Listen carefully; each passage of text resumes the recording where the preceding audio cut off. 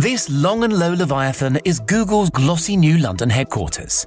So lengthy it's been dubbed the landscraper by locals. Over 1 million square feet of floor space, it accommodates basketball courts, a theatre, massage parlours and nap pods shared between some 4,500 staff.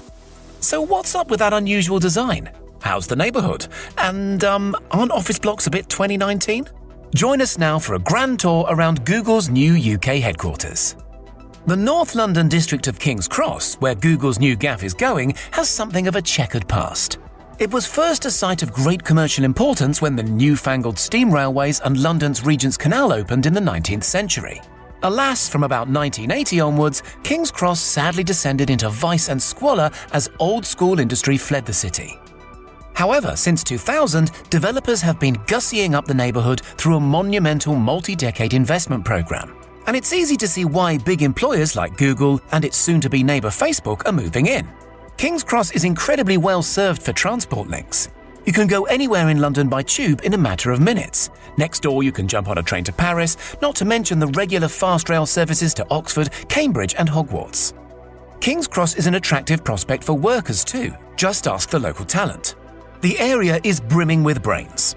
Google's new home will be within strolling distance of the British Museum, the Francis Crick and the Turing Institutes, prestigious University College London, University College Hospital, the Wellcome Trust and any number of biotech and AI startups.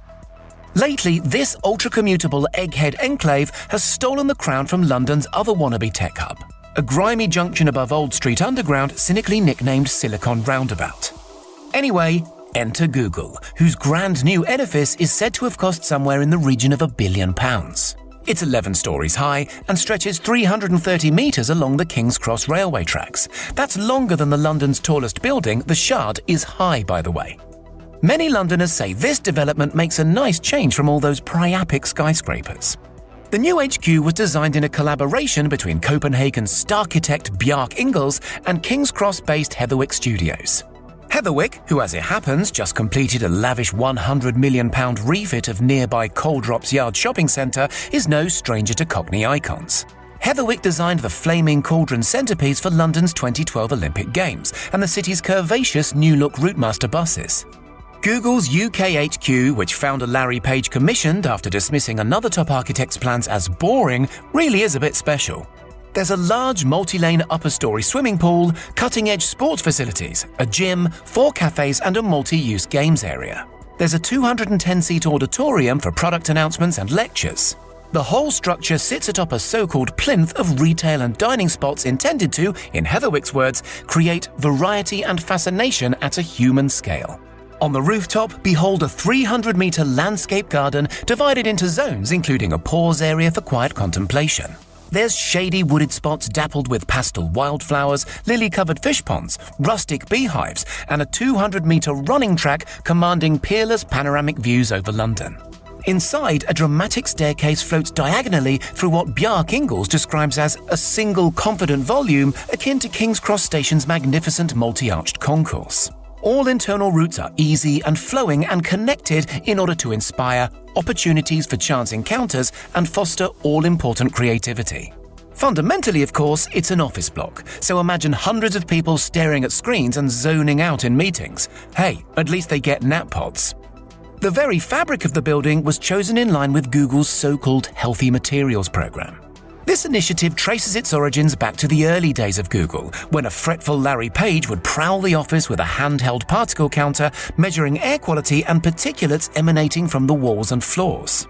Presently, Google runs a handful of offices across London. Famously, its Victoria outpost has beach huts and Dodgem cars, while staff at Google's Covent Garden branch enjoy access to an allotment.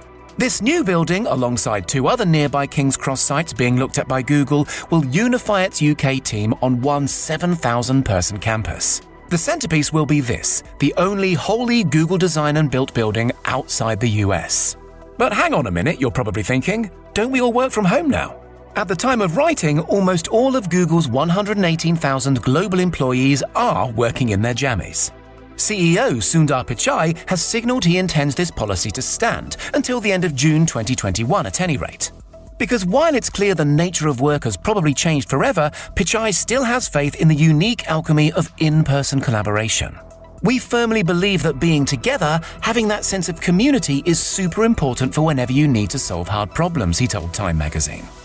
So we don't think the future is 100% remote. We value our offices, we value the culture. Certainly, King's Cross's lunchtime restaurant and bar scene will rejoice when Google's shiny new HQ fills up with well-remunerated young go-getters potentially as soon as next year. Right now, it's still being built. Get a load of those Android logos running up its reinforced concrete core. But ultimately, Google's huge investment in London is a tonic for those Londoners who worry that, since the pandemic, their city has lost its mojo. Well, if anyone can help them find it, what do you think? Are these vast office hulks nothing but dinosaurs from a bygone corporate era? Let us know in the comments, and don't forget to hit subscribe for more hot desking tech content.